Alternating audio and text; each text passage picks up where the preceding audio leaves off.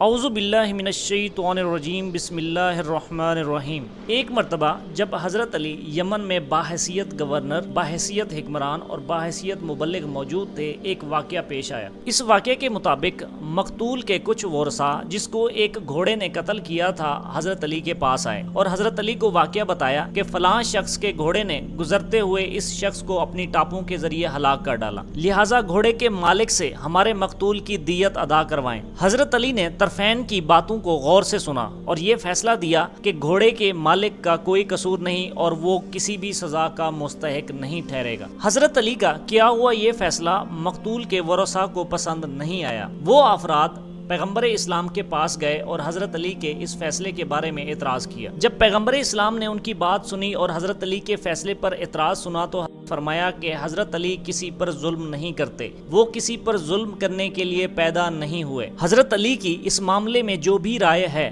وہی رائے میری ہے۔ اسی دوران پیغمبر اسلام نے ان سے کہا کہ حضرت علی کی قضاوت میری قضاوت ہے، میرے بعد حضرت علی تمہارے والی اور حکمران ہیں۔ کافر کے علاوہ کوئی بھی شخص علی کی رائے کی مخالفت نہیں کرے گا۔ پیغمبر اسلام کی گفتگو سننے کے بعد یمن سے آئے ہوئے لوگوں نے حضرت علی کے فیصلے کو قبول کرنے کا اعتراف کر لیا۔ اس اعتراف کے بعد پیغمبر اسلام نے کہا کہ تمہارا حضرت علی کی قضاوت پر اعتراف کرنا ہی تمہاری توبہ ہے۔ ایک شخص حج کے موسم میں محرم ہو کر اونٹ پر سفر کر رہا تھا۔ راستے میں اونٹ کا پیر بچے نکالنے کے لیے رکھے ہوئے انڈوں پر پڑا جس سے وہ انڈے ٹوٹ گئے۔ ان انڈوں کے مالکوں نے اس اونٹ سوار سے جھگڑا کرنا شروع کر دیا۔ اسی دوران حضرت علی کا وہیں پر گزر ہوا۔ وہاں موجود لوگوں نے حضرت علی سے ان کے درمیان فیصلہ کرنے کا کہا۔ حضرت علی نے ان کے درمیان یوں فیصلہ کیا کہ یا جتنی مقدار انڈوں میں بچے قرار پا چکے تھے ان کے عوض یہ محرم شخص ایک اونٹنی خانہ خدا کے لیے قربان کرے، یا ٹوٹے ہوئے انڈوں کی مقدار میں نر اونٹوں کو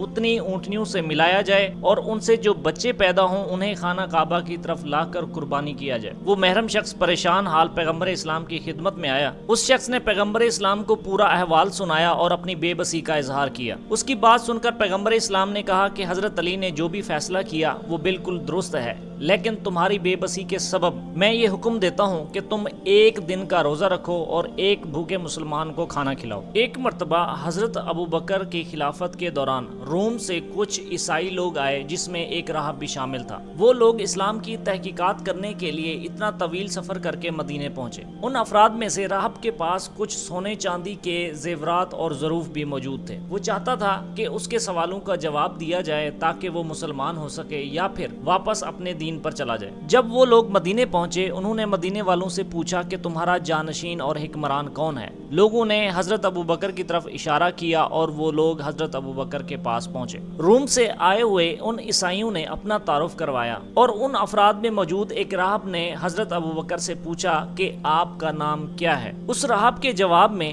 حضرت ابو بکر نے کہا میرا نام عبداللہ بن عثمان ہے۔ راہب نے کہا کیا آپ کا کوئی دوسرا نام بھی ہے؟ اس کے بعد حضرت ابو بکر نے کہا نہیں، میرا کوئی دوسرا نام نہیں۔ یہ جواب سن کر راہب نے کہا دراصل میں جس شخص کی تلاش میں ہوں وہ آپ نہیں ہیں۔ یہ بات سن کر حضرت ابو بکر حیران ہوئے اور پوچھا سچ بتاؤ تم لوگ یہاں کس لیے آئے ہو؟ اس کے بعد اس راہب نے کہا میں روم سے اتنا طولانی سفر طے کر کے صرف اسلام کے بارے میں اس امت کے بہترین عالم شخص سے تحقیق کرنے کے لیے آیا ہوں کہ اگر اس نے میرے سوالوں کے جوابات دے دیے تو میں مسلمان ہو جاؤں گا اور یہ سونے چاندی کے بھرے ہوئے ظروف میں اس کو دے دوں گا تاکہ وہ یہ سب آپ لوگوں کے درمیان تقسیم کرے، ورنہ میں اپنے مذہب پر باقی رہتے ہوئے چلا جاؤں گا۔ یہ بات سن کر حضرت ابو بکر نے کہا ذرا اپنے سوالات پوچھو۔ سوالات پوچھنے سے پہلے راہب نے کہا پہلے میری جان کی امان دیجیے تاکہ میں کھل کر اپنے سوالات پوچھ سکوں۔ اس کے بعد حضرت ابو بکر نے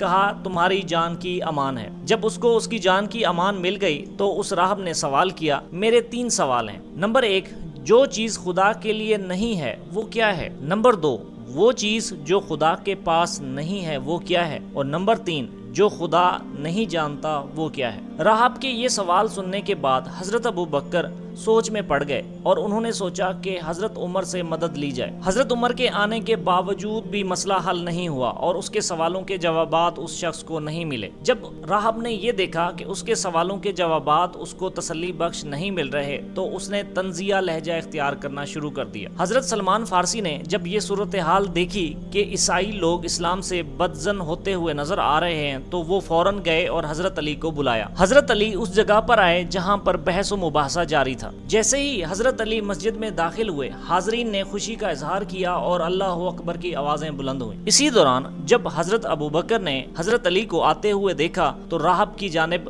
مخاطب ہوئے اور کہا کہ یہ وہ مرد ہے جو تمہارے سوالات کے جواب دے گا۔ جب حضرت علی سامنے آئے تو راہب نے حضرت علی سے سوال کیا۔ راہب نے کہا کہ اے نوجوان، آپ کا کیا نام ہے؟ اس کے بعد حضرت علی نے جواب دیا، میرا نام یہودیوں کے نزدیک ایلیا، مسیحیوں کے نزدیک ایلیا اور میرے والد کے نزدیک علی اور میری ماں کے نزدیک حیدر ہے۔ اس کے بعد راہب نے ایک اور سوال کیا، آپ کی اپنے پیغمبر سے کیا نسبت ہے؟ اس کے بعد حضرت علی نے کہا، پیغمبر اسلام میرے چچا زاد بھائی اور میرے سسر ہیں۔ اس کے بعد راہب نے کہا، خدائے مسیح کی قسم، میرے گم شدہ آپ ہی ہیں، آپ ہی کی تلاش میں یہاں آیا ہوں کہ آپ میرے سوالات کے جوابات دیجیے۔ اور میرے سوال یہ ہیں۔ جیسے ہی وہ راہب اپنے سوالات دہرانے لگا، حضرت علی نے اس کے سوالات کو سمجھ لیا اور کہا کہ میں اس کے جوابات دیتا ہوں۔ حضرت علی نے راہب کے سوالات کے جواب دیے۔ نمبر 1، جو خدا کے لیے نہیں ہے وہ زوجہ اور اولاد ہیں۔ سوال نمبر 2 کا جواب یہ ہے کہ جو خدا کے پاس نہیں ہے وہ ظلم ہے۔ اور سوال نمبر 3 کا جواب یہ ہے، جو خدا نہیں جانتا وہ اس کی سلطنت میں کسی کا شریک ہونا ہے۔ راہب نے حضرت سے جیسے ہی ان سوالات کی اتنی تیزی سے جوابات سنے تو فوراً اپنی گردن سے صلیب نکال کر پھینک دی اور حضرت کی پیشانی کو چومتے ہوئے کلمہ شہادت زبان پر جاری کیا، اور اس کے بعد سونے اور چاندی کے ظروف